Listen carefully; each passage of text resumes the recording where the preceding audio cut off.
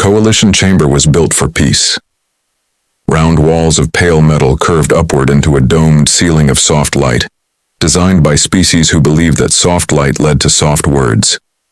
Dozens of delegates sat in tiered seats that circled a small table at the center. Reptilian ambassadors with jeweled collars, insectoid officials clicking their mandibles in quiet conversation, pale diplomats with too many fingers folded politely in their laps. And at that small table, alone, sat a human. Corporal Ethan Cole did not fidget. He did not fill the silence with nervous words the way the delegates expected humans to. He simply sat, hands folded, eyes forward, wearing a uniform that had seen more war than diplomacy. Vessa Thrain, a young aide barely out of her diplomatic training, leaned forward first. She meant no harm. To her, and to most of the chamber, the human sitting before them was less a soldier and more a specimen, small, soft-skinned, breakable-looking. A curiosity from a war-torn little planet the Coalition had only recently agreed to stop bombing. She smiled the way people smile when they think they already know the answer to their own question. "So, Corporal," she said, her voice light, almost playful. "Just out of curiosity, how many enemies have you personally killed?" Soft laughter rippled through the chamber. It was the kind of question you ask a child boasting about a schoolyard fight. Harmless. Funny. A way to humanize the stiff, silent creature the Coalition had been forced to invite to the table. Ethan didn't laugh. He didn't blink. He simply looked at Vessa, and in a voice as calm and even as a man discussing the weather, he said, "You want the number or the story?" The laughter faltered. It didn't stop all at once. It died in pieces, delegate by delegate, as something in his voice settled over the room like a drop in temperature. Flat. Tired. Absolutely certain. Somewhere in the back of the chamber, High Officiator Drask, an elder statesman of a species that had never lost a war in 300 years, leaned forward with the first flicker of real interest he'd shown all day. They thought they were asking a joke. They had no idea they were about to open a door that could never be closed again. Part 2. The man nobody understood. To understand the silence in that chamber, you had to understand what Ethan Cole used to be. Before the war, he was 22 years old, studying mechanical engineering in a city that no longer existed. He fixed motorbikes on weekends. He was afraid of heights. He had never held a weapon in his life. Then the ships came. They didn't come with fire and fury. Not at first. They came slow and confident. The way predators approach prey they've already decided is beneath real effort. The Coalition scouts who found Earth expected a quick, quiet conquest. A soft species. A soft world. They were wrong within the first month. Cities fell, yes. Families vanished, yes. Martial law spread across a planet that had never fought a war like this before. But something the invaders hadn't accounted for happened in the ruins of those cities. Ordinary people, students and mechanics and teachers, picked up whatever they could find and refused to stop fighting. Ethan's unit was one of thousands, thrown into that meat grinder with barely 3 weeks of training.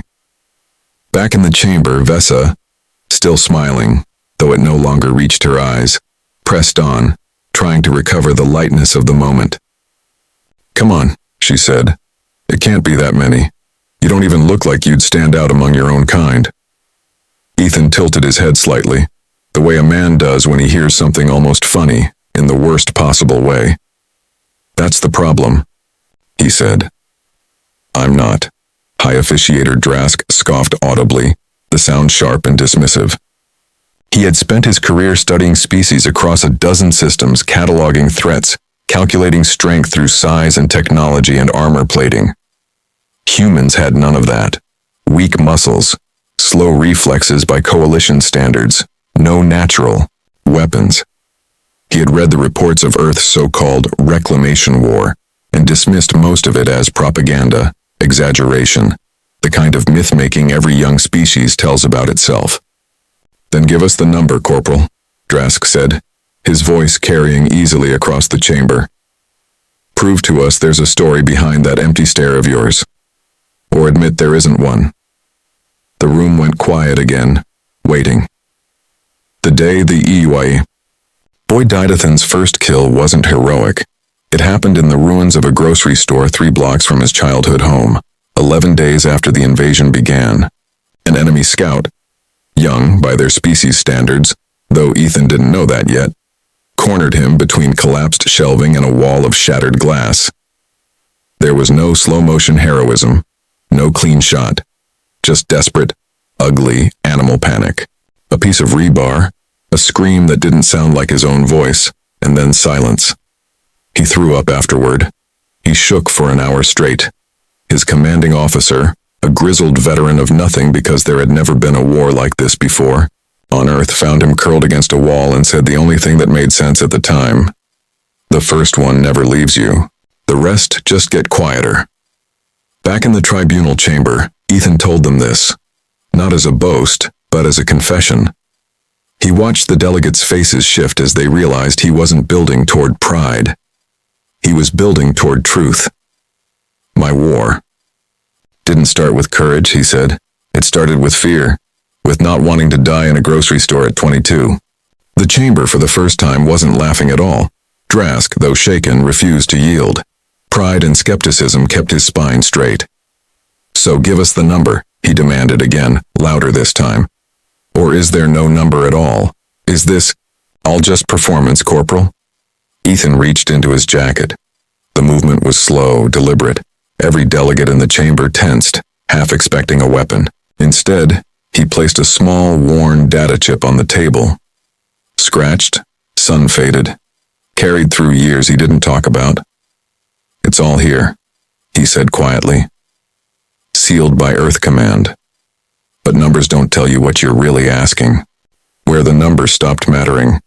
The siege of New Haven was the battle that changed everything, not just for Ethan, but for how the galaxy would eventually come to understand humanity. 30,000 civilians. 1 evacuation corridor.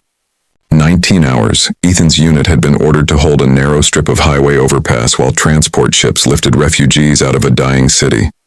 They had no reinforcements coming. No extraction plan of their own. Command's final orders had been brutally simple. Hold as long as you can. They held for 19 hours. The chamber listened as Ethan described it plainly, without embellishment. Men and women he'd trained beside for exactly 3 weeks.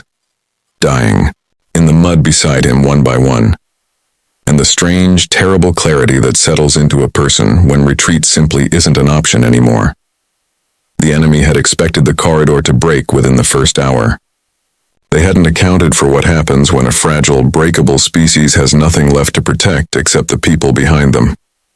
One delegate, an insectoid official who had said nothing the entire session, finally spoke, his voice quiet with something close to dread.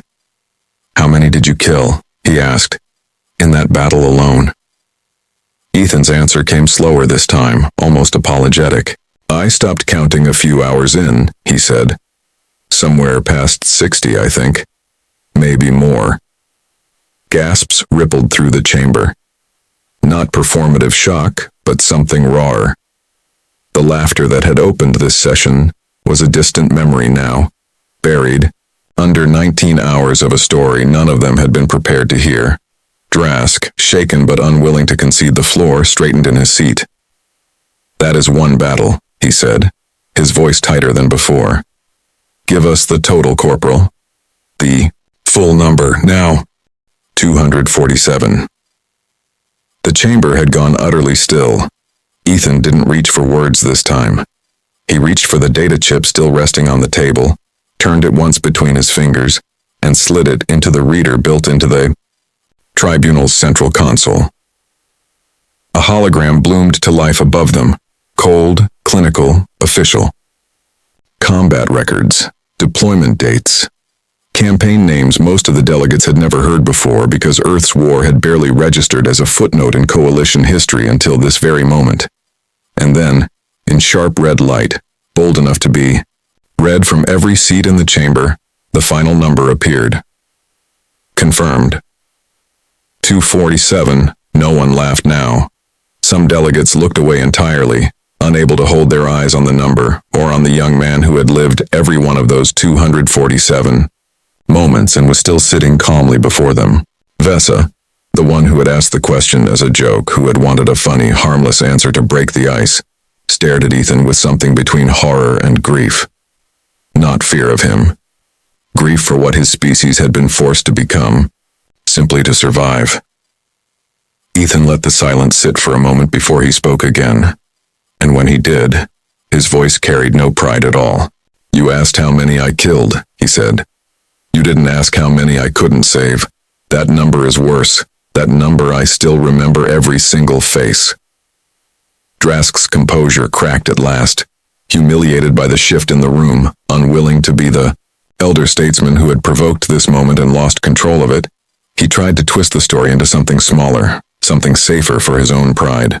"This proves nothing but savagery," he snapped, his voice rising. "A creature capable of this number is not fit to sit among civilized species. This is not strength.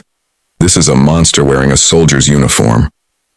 Murmurs broke out across the chamber, some nodding in uneasy agreement, others turning to look at Drask with open discomfort. The room that had opened in laughter now stood on the edge of something far more dangerous. Judgment. Not a threat. A promise. Ethan rose slowly from his seat. He didn't raise his voice. He didn't need to. 247 silent. Battles had taught him that the loudest men in a room are rarely the ones anyone remembers. "You wanted to know what makes humans dangerous," he said, looking not at Drask but at the whole chamber. "It's not the number on that screen. It's that we'll do whatever it takes so our children don't have to." He let that settle before continuing. "We didn't fight because we wanted to conquer anyone. We fought because a war was brought to our doorstep, and we had exactly two choices: die or become something we never wanted to be. We chose to survive. Every single time, we will choose that again." The chamber was silent in a way it hadn't been all session. Not the tense silence of shock, but something quieter, heavier. One by one, delegates who had laughed at the start of the hearing lowered their eyes, not in fear, but in something closer to reluctant, dawning respect. Even Drask, for the first time since the hearing began, said nothing at all. The vote that followed was almost a formality. Earth was accepted into the coalition, not as a curiosity to be studied, and not as the punchline it had walked in as, but as something the assembled species would remember for generations. A small, fragile-looking world that had proven, in the worst possible way, that softness on the outside means nothing about what waits underneath. After the chamber emptied, Vesa found Ethan alone in the corridor outside, still holding the small data chip in his hand like it weighed more than the station itself. She hesitated before speaking, her earlier playfulness long gone, replaced by something more careful. "Do you regret it?" she asked quietly. "Any of it?" For the first time in the entire hearing, Ethan allowed himself something close to a smile, small, tired, and completely honest. "Every single day," he said, "but I'd do it again tomorrow." He turned to leave, then paused, glancing back at her over his shoulder. "You should know something else, though," he added. "New Haven wasn't the last siege. It wasn't even the worst. Fun. There's a reason Command sealed most of my file instead of releasing all of it." Vesa's expression shifted, uncertainty creeping back in. "What do you mean?" she asked. Ethan didn't answer right away. He simply looked past her, toward the stars visible through the corridor's viewport, toward a war that, as far as the galaxy was concerned, humanity had already finished telling. They had no idea it hadn't ended at all.